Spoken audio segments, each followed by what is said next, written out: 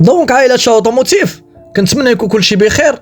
اليوم الاخوان هذا الفيديو غنبارطاجي معكم المشكل ديال الديريكسيون، غادي نتكلموا على الدور ديالو والمشاكل ديالو، كذلك المسببات للمشاكل ديالو. وهاد السياره اللي امامكم هي مثال حي لصاحب السياره عنده مشكل في الديريكسيون. يعني الا بغيتي تدور الديريكسيون اليمين ولا اليسار خاص تكون عندك واحد القوه هائله، وغادي تطلب منك واحد الطاقه كبيره. وباش ما يوقعش لك هذا المشكل كيما صاحب السياره ضروري تتبع الفيديو للاخر باش ممكن هذا المشكل ما يوقعش لك وتجنب بسبب النصائح اللي ممكن نعطيها لك في هذا الفيديو. لكن قبل ما نبدا الفيديو كنتمنى انك تبارطاجي هذا الفيديو او تدعمو بجيم او لا كومونتير اللي ممكن تستافدوا منه كاملين، وعرف ان البارطاج ديالك فغادي يفيد واحد اخر اللي غيكون قدر ما يعرفش هذه المعلومه.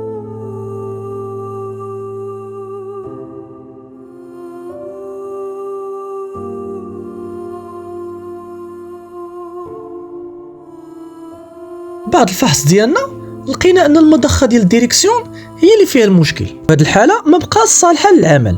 لقينا ان السبب الرئيسي للتغيير ديالها ان عامل الزيت هو اللي خلاها توصل لهذه الحاله، رغم ان صاحب السياره قام بتغيير الزيت ديالها لكن بعد فوات الاوان. والشركات الموصى بهم الاخوان ان لازم تغيير الزيت من 50 حتى 80 الف باش ممكن هاد الاجزاء ما يتضروش لك.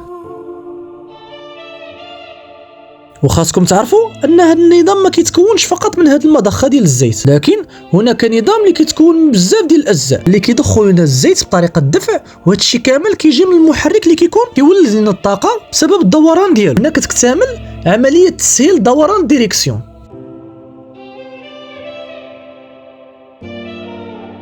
وحنا الاخوان غنقوموا بعمليه تغيير هذه المضخه. الحمد لله لقينا الاجزاء الاخرين ما كاينش فيهم مشكل، وحتى الزيت اللي في المضخه ما غاديش نبدلوها لانها لقيناها جديده. وخاصكم تعرفوا ان الزيت من الاسباب الرئيسيه اللي ممكن يدير لك التاكل داخل المضخات، وإلا تاخرتي على تغيير الزيت فالزيت القديمه اللي كتكون عندك لداخل فهي دير لك مشكل ديال التاكل. وهنا غادي يكون من لازم عليك انك تغير الجزء اللي مضرور كيما الفيديو في السياره. الحمد لله الامور مزيان.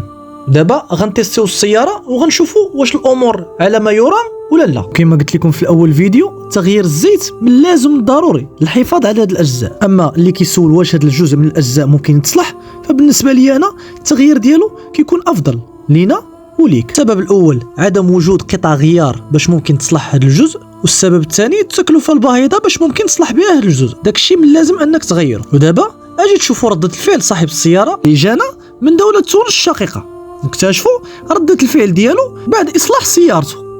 البروبليم الأول كانت الديريكسيون يعني كاسحة. أوكي فهمت؟ يعني ساعة تبدأ كاسحة ساعة لا، يعني كاسحة بزاف. يعني إجا وصلت من كازا لبحذاك كان بسيف. طبعا بدلنا البومب اسيستي. يلا هاتوا إن شاء الله نفحطوا لهنا. إيه نفحطوا عليها.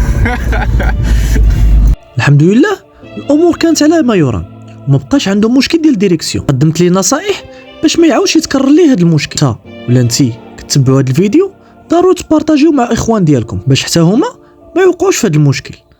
بالنسبه للفيديو ديال اليوم سهله، كنتمنى نكون كضيف خفيف عليكم، وكنتمنى انكم تبارطاجيو هذا الفيديو، وكنتمنى ان هذه المعلومات توصل لواحد اخر، لان هذه المعلومات كنسهروا اليوم ليالي.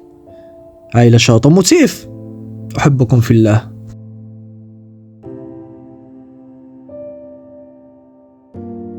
À la prochaine.